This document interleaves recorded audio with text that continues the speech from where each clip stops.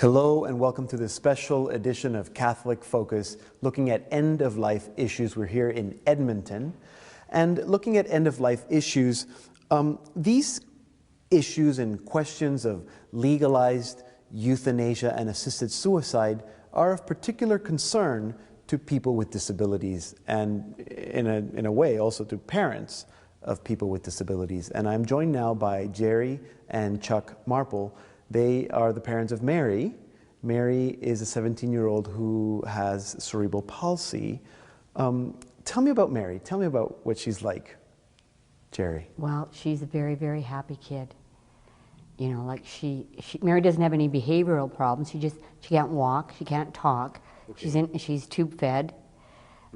She hasn't actually been hospitalized for about the last maybe 2 days in the last 14 years. Her first beginning of her life, she had a lot of issues. She has 2 shunts in her head. So, okay, so that's Mary today. So 17 years ago, she was born premature. Tell me about that, how that came about.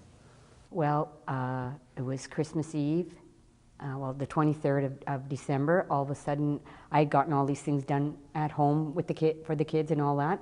And I went to bed, and all of a sudden I felt something's wrong here. This sensation went through my body, and I realized that I checked myself. I was like massive red blood. I phoned my doctor. They said, get to the hospital. We got to the hospital. They did an ultrasound. They said, Mary is 25 weeks. And I said, no, she's not. She's only 22 weeks gestation. They said, well, you know, you're hemorrhaging too much here. We're going to have to send you to the Royal Alec. So they sent us to the Alec. And they were trying to stabilize me, hoping that I would... that you could continue the pregnancy. Yeah, and then I would have probably been hospitalized until it was over. But as it turned out, as the night went on, it wouldn't stop. So they said about 10 o'clock, 9 o'clock in the morning, that next morning, Christmas Eve, they said, okay, you know what, we have to take you in for a cesarean because, you know, the baby won't survive. But at this point, after she was born, she was premature, but you didn't know that there were any other issues. No, because she was born perfectly for her size. Everything, you know, she was perfectly, you know, what a 22-week gestational baby should look like. Right. And everything was good. They took her to the NICU. She had, you know, she was attached to all the machines that they attach all these babies to. And but when she was 2 days old, she had a massive brain hemorrhage. And then, see, when Mary was first born, before I went into surgery, they said she had about a 50% chance to survive that surgery, of just surviving at that age. Okay. And then 2 days later, when she had the brain bleed, they said to us, she has about a 5% chance to live. Right. Because they right away suspected, like, because her blood pressure just dropped, and the first thing that crossed her mind is, she had a brain hemorrhage. Yeah. And so they scanned her, and sure enough, that was the case. Right. Now, but Chuck, at that point, I mean, obviously you're pro-life. She's your 8th child. You've always been open to life. You had a brother with a disability as well. That was not a choice for you. Did you feel any pressure from the medical system to not intervene, or? I had made it clear, actually, from the very beginning that you can't take a direct action against life. Okay. That we were more than willing to look after Mary, whatever the case was.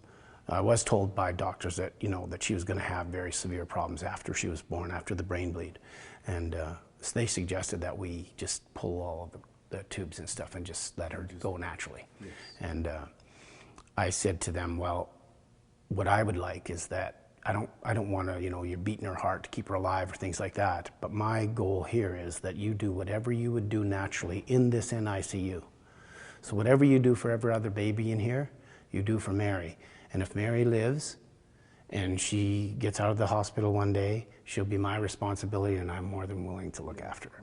So I said, that's all I ask. I ask that you do what's normal for a baby in the NICU. And if Mary lives, then God has wanted us to keep her. If she dies, then I accept that He called her home. So that was kind of how I had put it to them. Yeah. And they after about, Mary was up there for like 3-4 months, and after about 3 months, one day it just kind of dawned on me, just kind of like a light bulb went on in my head, and I said to one of the nurses, I says, you guys never ever thought Mary would live, did you? And she actually said to me, no one thought Mary would live. Like, it was really quite miraculous that she did survive all this, you know, but, you know. One of the things for me as a father, same for all of my children, the idea that a father's job is to protect. Yes. And I told them from the beginning.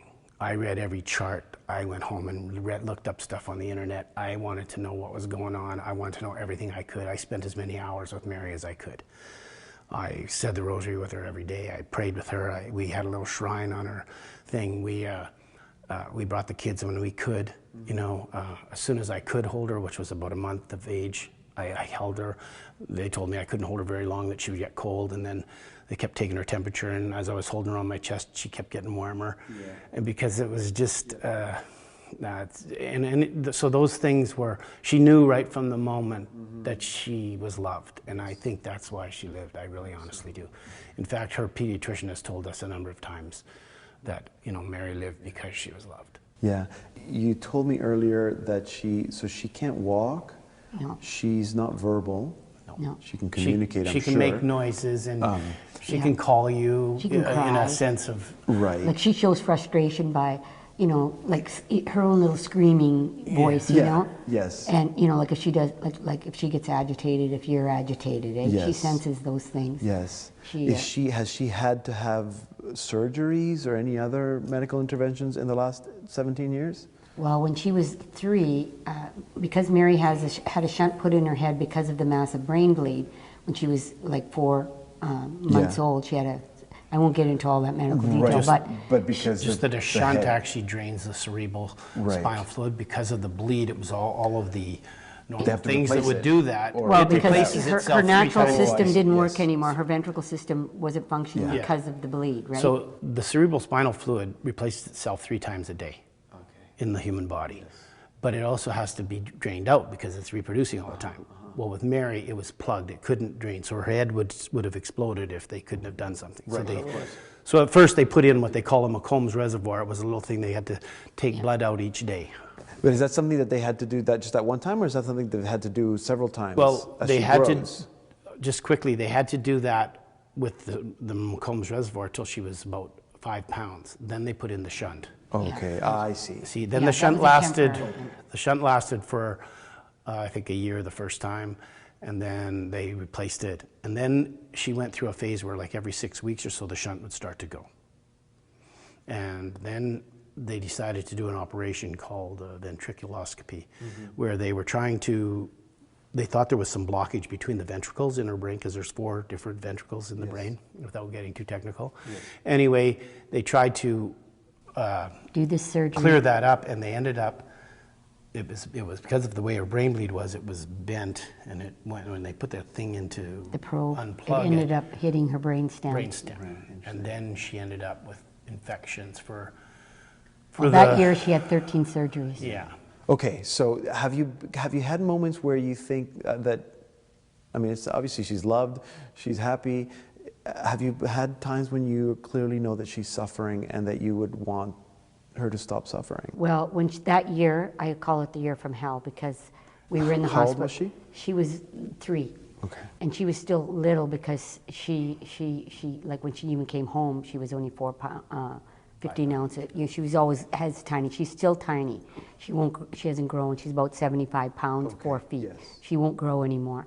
But anyway, that year was really bad, because she had constant infections in her brain. Her temperature was at 41 Celsius. She did this crazy thing with her arms and legs, and it was really bad.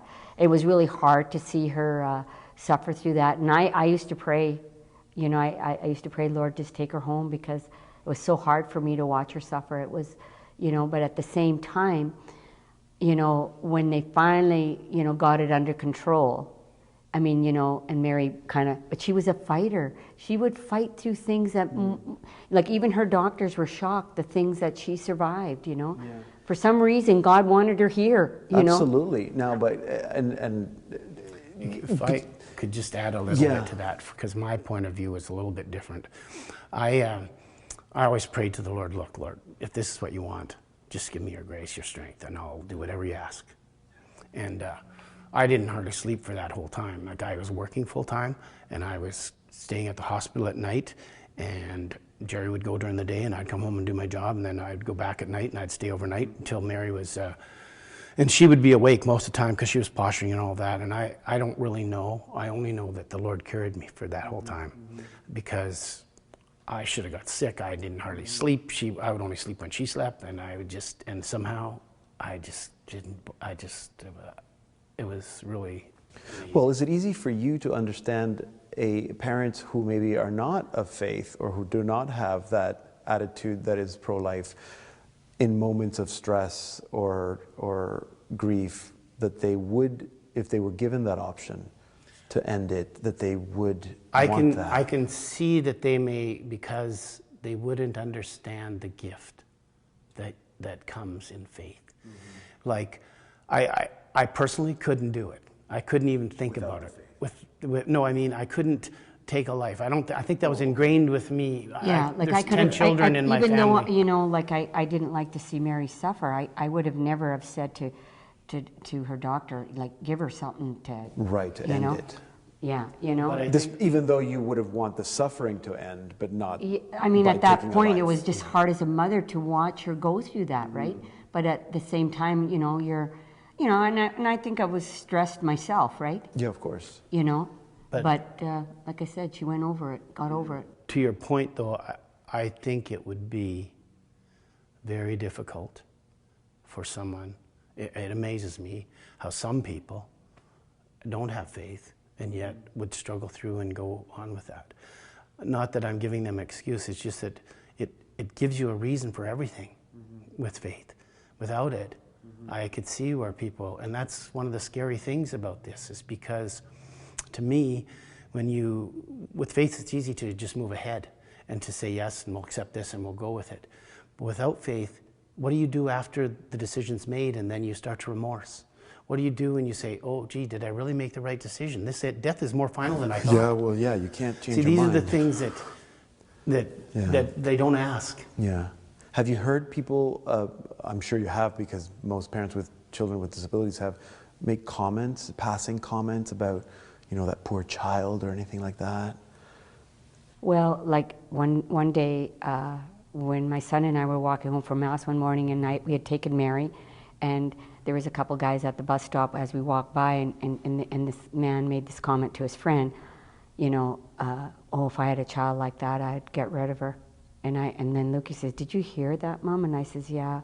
I said, it's sad because they just don't know. They don't understand the joy that, you know, what Mary brings in our life, you know, and the things that, you know, they don't know Mary. I mean, you're not valued for what you can do, or, you know, like every day when I go in to get Mary in the morning, when I go to get her ready, I mean, you should see the smile on her face and the joy in her eyes. Like, it is beyond, I just feel like I look at God every day when I look at Mary, because her love is so unconditional. I mean, it's absolutely as pure as you can get. And obviously, her value and her worth, as you said, is not based on what she can or cannot do. That's who she is. Yeah, exactly. But her quality of life, how would you say that? How would you say that the quality of life that she has? I honestly. Or how would you respond to people who would challenge that and say, well, that's not a quality of life that I could live with? That I believe that Mary's probably the happiest one of our kids. Yeah. She just loves her dad, well, just for and Mom. Instance, she just responds to us. It's amazing. Yeah. In fact, many people, just as a witness with Mary, you can ask people at the pastoral center here where we come to Mass, the joy they see with us and Mary is they compliment us about that all the time. But for me, it's like, well, that's just normal. Another quick story about meeting someone. We went to Jasper with all of our kids one summer, and we had Mary with us, and we were strolling around like tourists, you know, and looking in the shops and different things. And this kid came up to us, and he had actually had a skiing accident, and he was a bit handicapped from it. And he just came up to us and started talking and sharing and just, you know, and he says, and then after we talked to him for a while, and the kids all responded to him, it was a really beautiful day, and then he says, I knew I could come and talk to you. Once I saw her, I just knew. So there's also the other side of that kind of thing. That's good to know. Just the other day, when I went to Mass last Sunday, one of the parishioners, she says, well, how long does it take you to, what time do you got to get up to get ready get married to Mass? And I says, Well, we were there at 9. I said, oh, I got up at 8. She says, really? I said, it doesn't take us that long to get Mary ready. But, and then right away, like she said, oh, the poor dear, she made this kind of comment. And I said to her, you know, Mary's an angel. You know, she's not, I said, there are people that I know who have kids her age who have way more problems than I have, who are perfectly normal kids. And I'd rather not have their problems. Yeah. I mean, they're going through some really serious issues, you know. Even with your other children, I mean, struggles of faith and things that come up with your, you know, with some of our other children. I mean, that's not a worry for us with Mary. No, she's just absolutely God's child. So when the law, when they proposed to change the law that allows for people with irremediable suffering, for example, I mean, it sounds like you would not think, you're not saying that Mary. Well, I wouldn't think of it. I absolutely wouldn't even. I'll have to be dead suffering before someone. Her quality of life is based on the fact that she's a child of God and that she's loved and that she can love. Absolutely. Jean Vanier said that actually, that everybody has a right to know that they're loved and to love someone. But the thing that's scary for me, because a lot of things changed in Canada, it's nice to have health care, right? It is. It's a nice thing to have. Absolutely. But at the same time, whenever the government gives you a program, they start to tell you how to live in certain ways, right? So seatbelt legislation, which I'm not against or anything, I'm just telling you these points. Seatbelt legislation, or smoking things, or increase of taxes of different, because healthcare is expensive and you're ruining your life. So these are all things that give and take. It's the same thing with end of life issues. So what happens when they say to me and Jeri, well, you know what, Mary's got all these handicaps and her life isn't worth what someone else's life is, and so, hey, we're just going to suggest maybe at first. Yeah. But you know the slippery slope. Look at how it changed from what the Supreme Court said to what the Parliamentary Committee said. The changes in what they said was absolutely opposite. And we don't even have a law yet. Yeah, exactly. So these are things that, as a father who wants to protect his child, you put it in the back of your head and you think, you know, maybe it won't happen to me because I'm, you know, but as time goes on, look what's happening in Belgium. Look what's happening in... Well, even when... I don't know if I should mention that, when Robert Latimer wheeled his daughter into the garage, I mean, you know, there were a lot of people who were willing, they even kind of had a campaign for a while there. If everyone would take a day of his prison term, you know, he wouldn't have to serve all this time. Like, it was like they felt sorry for him. Yes, because he did Tracy a favor. Yeah, you know, and so people look at it like that instead of and that's like but that's a whole other issue of consent because Mary, your daughter, could not make that decision for herself. Yeah, but people then, if this keeps going the way it, you know, could happen, then they almost put the guilt trip on you, saying, what are you burdening us? Well, and if you were not there and she could live 20, 30 more years. She could, right? And if you're not there and she's at a point where someone else is having to make that decision, if the right safeguards are not in place, which I believe that they maybe can never be, then is that a concern for you as parents? As a parent, we do have, like, we're very blessed with it. We have 8 children, and we have at least 2 of them for sure, maybe more. But that would at least follow our wishes for Mary. Yes. They might not be able to take her into their home and look after her and things like that maybe, but they would be there to, you know, they would be the guardians of her. I'm sure they would take that. My brother and I, for example, I have 6 brothers, but 2 of us are my brother Jim's guardian. When Mom passed away, we went through that so that we knew what her wishes were for him, and so we tried to follow that as best we can. Well, I guess, but some people could argue, but what if her wishes are different than yours? Are you talking about Mary? Yes. Well, she would never be able to have expressed that. See, for Mary, this is her life. Yes. She doesn't know anything different. It's kind of like Mary has this, what they call visual impairment. And I said to the doctor, well, how does Mary see? He says, well, I think it's like she's looking through a picket fence. Well, for Mary, that would be normal.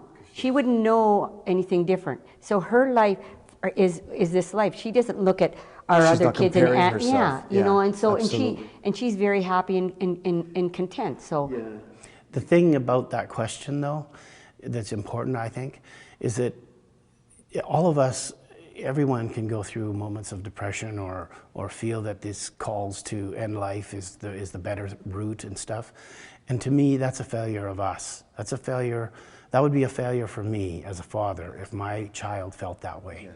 Because to me, there's no reason for them to feel that way, even in suffering, because there's so much you can do to alleviate that in our world today, especially, and also to be there for them, to care for them, and to let them know that's the failure of society more so than the person. And I don't mean that in any way to hurt someone's feelings or anything, but really life is a gift. It's a gift to be lived, and death is final. Mm-hmm. You said something earlier about that made me think about the cost to the medical system. What is the cost? I mean, she needs a wheelchair. She needs a special van. There are maybe medications. Is this the kind of thing that you're not getting support from the government, or that? You know what? That's one thing I would like to make clear here, especially for us in Alberta. As much as the world proclaims this idea of, so far anyway, what scares me is it could change because of this kind of legislation. But really, we've had all kinds of things that I haven't even asked for that they've helped us with. Stuff that I felt was my responsibility as a father to provide, and yet the government has different programs that they... So you've been able to find social help. workers have come and explained these different things. I mean, there are For people certain with things they'll fund, disabilities. and there's certain things they won't fund. Like, they don't fund a van with a wheelchair. That's something that you have to... But is there a concern that at some point they might say, well, it is cheaper to end someone's life than it is to give all this money to this family to support this person with a disability? But then you could put everybody in that category. We're all one moment away from having a bad accident. Yes. Yeah, and then the next day, all of a sudden, is that you? Absolutely. And I think, with this legislation, I think that there is a possibility that those kinds of decisions would be at least argued for. Yeah, absolutely. So. This is such a difficult conversation, but I mean, it's an important conversation. And the witness that you and Mary provide for other families, if there's a family out there that is watching, maybe with a child with a disability, maybe an adult with a disability that is going through periods of time that are difficult, maybe they don't have the same resources in other provinces, or what would you like to tell them? Jeri? To always have hope, and everybody's situation is always different, like every child, and like I know even in my own life I've thought of other people with other types of handicaps, and I thought, well, I think the Lord gave me what He knew I could handle, right? And but always have hope, and just reach out if you can to those people that can help you. Like I said, that's never ever been an issue for us. So you would say that making sure you have that support is important, not just family, you have a lot of family, but community, church, faith. Yeah, and I think that there are always, like we ourselves haven't gotten involved in a lot of the handicap groups, but some people might need that, and if they do need that, then they should look to that, I think the biggest thing for me, what I would say to answer that question is that if you have someone who loves you, try to build that relationship and spend that time with them. But even more important, really, it doesn't matter what you're going through. If you start to love others the best you can from where you are, you will come out of that feeling happier and better and more fulfilled. And your life will have meaning no matter what. Because that's really what we're created for, to love others. I love that you said that, and I would add, and I'd love to meet Mary, because I would add that she's also able to love. Absolutely. She's not just receiving love, but she's giving love, and that's maybe where her quality of life is. Well, she's the joy to me. I wouldn't give her from the very beginning, even when she was in NICU, she never fussed. And like the nurses, they would go, "Oh, I got married today." Yes. Because, they told us that the babies whose parents, because sometimes these babies are flown in and their parents can't be there, and but they said the babies that have someone there with them, they are the ones who respond the best. And why is that? Like that's there's a love thing there, like invisible rays, hey? Absolutely. You know? Love, that's good. That's a good point to end with. Thank you very much, Chuck and Jeri. And I'm going to say thank you to Mary. I wish I'd get a chance to meet her. But thank you for sharing your story with us and for encouraging other people who might be in similar situations. I've been speaking with Charles and Jeri Marple. They've been talking about their experiences with their daughter, Mary. If you have any questions about anything that we've spoken about today or anything that you hear in this program, you know that you can always write to us, focus@saltandlighttv.org, and you can also reach us via Facebook or through Twitter. That's all for tonight. Thank you for being with us. I'm Deacon Pedro, and we'll see you next time on Catholic Focus.